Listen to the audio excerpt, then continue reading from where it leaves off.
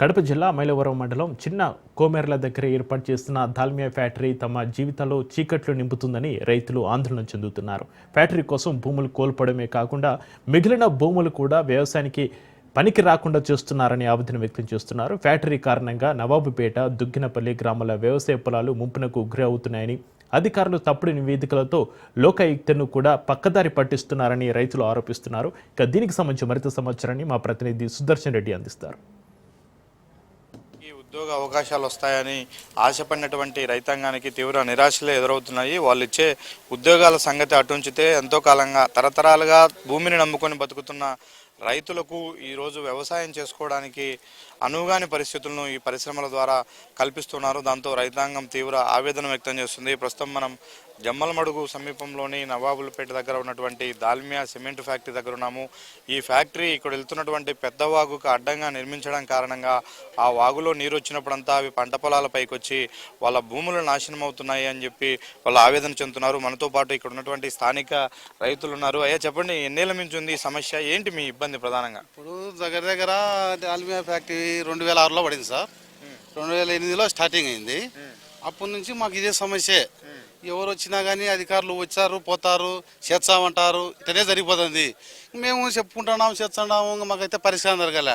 ఇప్పటికైతే నష్టం అయితే అప్పటి నుంచి జరుగుతానే ఉంది సార్. మాకు ఎట్లా, ఏ విధంగా నష్టం, ఏంది సమస్య? ఇప్పుడు ఇది దాల్మియా సిమెంట్ ఫ్యాక్టరీ మాకు అడ్డం కట్టారు సార్. వంకకు ఇది అడ్డం కట్టడం వల్ల ఇంకా నీళ్ళు ఎట్టపోతాయి సార్.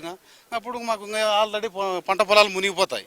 అప్పుడు మునిగిపోయినప్పుడు నష్టం ఆల్రెడీ జరుగుతుంది. ఏమో ఒక పారి మునిగిపోయినాయి, మళ్ళా గల విత్తనం వేసుకున్నామని కొన్నాళ్ళు కొనుక్కుంటే మళ్ళీ ఒక వర్షం వచ్చి మళ్ళీ పోతుంది. అప్పుడు 2 వర్షాలకు 2 పైర్లు పోతాయి. ఇంకా 3వ పైరుకు మాకు అదును ఉండదు. ఇంకా అప్పుడు నష్టం జరగాల్సిన నష్టం జరిగిపోతుంది. ఇంకా అప్పుడు మా పరిస్థితి ఎవరికి చెప్పుకునే తీరేది కదా సార్. ఇది చెప్పరాని సమస్య, మాకు చెప్పరాని బాధ. అలాంటి బాధతో మేము ఇంకా 15 ఇప్పుడు 2005 నుంచి ఇంతవరకు బాధపడతానే ఉన్నాము. మా బాధ తీర్చేటోళ్ళు లేరు. నాకు దుమ్ము అయితే ఎక్కువ వస్తుంది. ఉదయం మామూలుగా 6 నెలల నుంచి వస్తుంది. వర్షం వచ్చినప్పుడు నీళ్ళు వారం రోజులు కానీ 10 నెలలు కానీ నిలబడతాయి. పొలం వేసినా కూడా పూర్తిగా నష్టంలో ఉన్నాం సార్. అసలు ఇప్పుడు కేజీ 120 పోతాయి, మాకు 190కి అటే కూడా వేసుకుంటాం సార్. మిర్చి పంట చాలా నష్టం సార్. వీళ్ళకుండా దాల్మియా గుండా ఫ్యాక్టరీ గుండా చాలా నష్టపోతున్నాం మేము. అలా ఎందుకు అంత అడ్డగోలుగా ఆ రోజు ఇక్కడ ఫ్యాక్టరీ కాలువకు అడ్డం కట్టాల్సి వచ్చింది? అప్పటి నుంచి ఇప్పటి వరకు మీరు ఎలాంటి సమస్యలు ఎదుర్కొన్నారు? వీళ్ళు దాల్మియా సిమెంట్ ఫ్యాక్టరీ వాళ్ళు ఎలా ఉన్నారంటే బ్రిటిష్ పాలన కంటే కూడా దారుణంగా వాళ్ళు ఒక నియంత్రణలాగా వ్యవహరిస్తూ ఉన్నారు. బ్రిటిష్ వాళ్ళు ఆ రోజుల్లో ఏ రకంగా వచ్చి కేవలం మన ఇండియన్స్ శ్రమ దోపిడీ చేసుకొని ఏ విధంగా అయితే వాళ్ళు వ్యాపారం చేసుకుంటూ వెళ్ళిపోయారో అదే రకంగానే వీళ్ళు కూడా కేవలం వాళ్ళ వ్యాపారం జరిగితే చాలు, నవాబుపేట, దుగ్గనపల్లి గ్రామ ప్రజలు ఎలా అయిపోయినా ఏమైపోయినా కూడా మాకేం పర్లేదు అన్నట్టుగా వాళ్ళు కేవలం వాళ్ళ వ్యాపారాలు వాళ్ళు చేసుకుంటూ వెళ్ళిపోతూ ఉన్నారు. మేము ఎన్నోసార్లు గత 12 సంవత్సరాల నుంచి ఈవెన్ ఆ ప్లాంట్ కన్స్ట్రక్షన్ జరిగే టైంలో కూడా చెప్పాము. అప్పుడు పెట్టిన పబ్లిక్ హీరింగ్లో కూడా చెప్పాము, ఇది అనుగుణమైన ప్లేస్ కాదు ప్లాంట్ కట్టడానికి, దీనివల్ల నవాబుపేట, దుగ్గనపల్లి గ్రామాలు చాలా సమస్యలు ఎదుర్కొంటాయని చెప్పేసి క్లియర్గా చెప్పాము. అయినా కూడా వినుకోకుండా అక్కడ మైకులు గుంజుకొని మమ్మల్ని ఆ రోజు ఇబ్బందులు పెట్టి వాళ్ళు కన్స్ట్రక్షన్ స్టార్ట్ చేసుకున్నారు. స్టార్ట్ చేసిన సమయంలో కూడా అప్పుడు వచ్చిన వరదకు ప్లాంట్ కన్స్ట్రక్షన్ జరుగుతున్న టైంలోనే ప్లాంట్ మునిగిపోయిన సందర్భం కూడా ఉంది.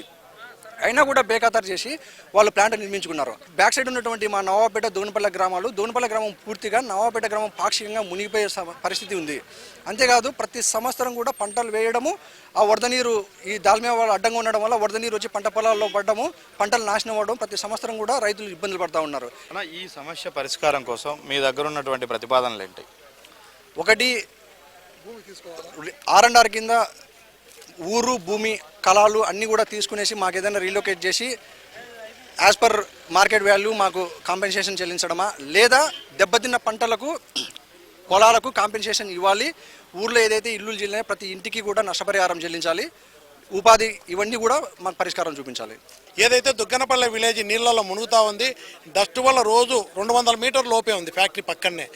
ఆ పొలాల్లో కానీ ఊరి మీద పడే డస్ట్ వల్ల వాళ్ళు ఉండేదానికి వీలు లేని పరిస్థితిలో ఉంది. దాన్ని సురక్షిత ప్రాంతానికి రీలొకేట్ చేయండి 50 SC కుటుంబాలను. అదేవిధంగా ఆర్డర్ వాళ్ళ ఫైండింగ్స్ ఇస్తూ ఆర్డర్లో చీఫ్ సెక్రటరీకి తెలియజేసి, అయ్యా కలెక్టర్ లెవెల్లో హై లెవెల్ రీడెసిల్ కమిటీ ఏర్పాటు చేసి మీరు ల్యాండ్ ఎక్విజిషన్ యాక్ట్ కింద ఈ రైతుల యొక్క భూములు కొనుగోలు చేసే విధంగా మా అభిప్రాయం అది. మీరు కూడా వెళ్ళి చేసి రిపోర్ట్ ఇవ్వండి. మునిగే భూములు ఎన్ని ఎకరాలు ఉన్నాయి, ఒకవేళ ల్యాండ్ ఎక్విజిషన్ కింద ఎంత తీసుకుంటారు, మిగతా మునిగే పంట పొలాలకు నష్టం జరిగేదానికి ఆల్టర్నేటివ్ సొల్యూషన్ ఏముందో మీరు చూపండి. ఫీల్డ్ మీదకి వచ్చి రైతుల సమక్షంలో చూసి రిపోర్ట్ ఇవ్వమంటే ఇంతవరకు రిపోర్ట్ ఇలా లోకాయుక్త కలెక్టర్తో సహా ఆర్డీఓను ఎంఆర్ఓను అయ్యా ఇంత నష్టం జరుగుతుందని ఇరిగేషన్ డిపార్ట్మెంట్ ఇచ్చారు, మా ఆఫీసర్లు కూడా రిపోర్ట్ ఇచ్చారు, మీరు ఏమీ జరగట్లేదని ఎట్లా రిపోర్ట్ ఇస్తారు?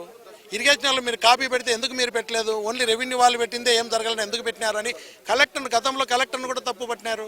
ఫ్యాక్టరీ పైన ఒక ఒత్తిడి వస్తుంది. ఫ్యాక్టరీ ఈ గ్రామాల్లో ఈ భూములను తీసుకోవడమా లేకపోతే ప్రత్యామ్నాయం చూపడమా అన్నది ఏదో ఒక విధంగా పరిష్కారం అయితే లభించే అవకాశం ఉంటుంది అని మనతో పాటు ఎమ్మెల్సీ రామసుబ్బారెడ్డి చెబుతున్నారు. వీడియో జర్నలిస్టులు నాగమోహన్ రెడ్డితో సుదర్శన్ రెడ్డి, రాజ్ న్యూస్.